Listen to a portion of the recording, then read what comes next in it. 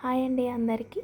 ఈరోజు చపాతీలకు కానీ రైస్లకు కానీ బాయిల్డ్ ఎగ్తో ఎగ్ బుర్జీ ఎలా చేసుకోవాలో ఈజీగా చూసేద్దాం. ముందుగా ఒక కడాయి పెట్టుకొని అందులో ఆయిల్, అలాగే ఆవాలు, జీలకర్ర, కొద్దిగా శనగపప్పు వేసుకొని చిటపటలాడే వరకు ఉంచుకోవాలి. ఆ తర్వాత పచ్చిమిర్చి వేసుకొని ఆనియన్ వేసుకొని కొద్దిగా ఫ్రై చేసుకున్న తర్వాత అందులోకి కొద్దిగా కరివేపాకు వేసుకొని ఫ్రై చేసుకోవాలి. ఫ్రై చేసుకున్న తర్వాత కట్ చేసుకున్న టమోటా ముక్కలు వేసుకోవాలి.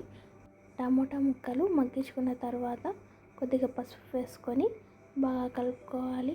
ఆ తర్వాత కారం, ధనియాల పొడి, ఉప్పు వేసుకొని కారంలోని పచ్చివాసన పోయే వరకు మగ్గించుకోవాలి. ఆ తర్వాత కొద్దిగా వాటర్ పోసుకొని ఉడికించుకోవాలి.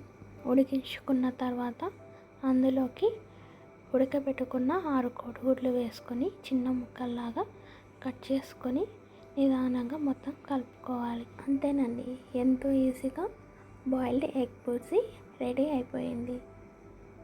చాలా వీడియోస్ తర్వాత వాయిస్ ఓవర్ ఇస్తున్నాను. ప్లీజ్ వాయిస్ ఎలా ఉందనేది కామెంట్లో చెప్పండి. అలాగే మరిన్ని మంచి మంచి వీడియోస్ కోసం, వంటల కోసం మన యొక్క ఛానల్ని ఫాలో అయిపోండి. Thank you.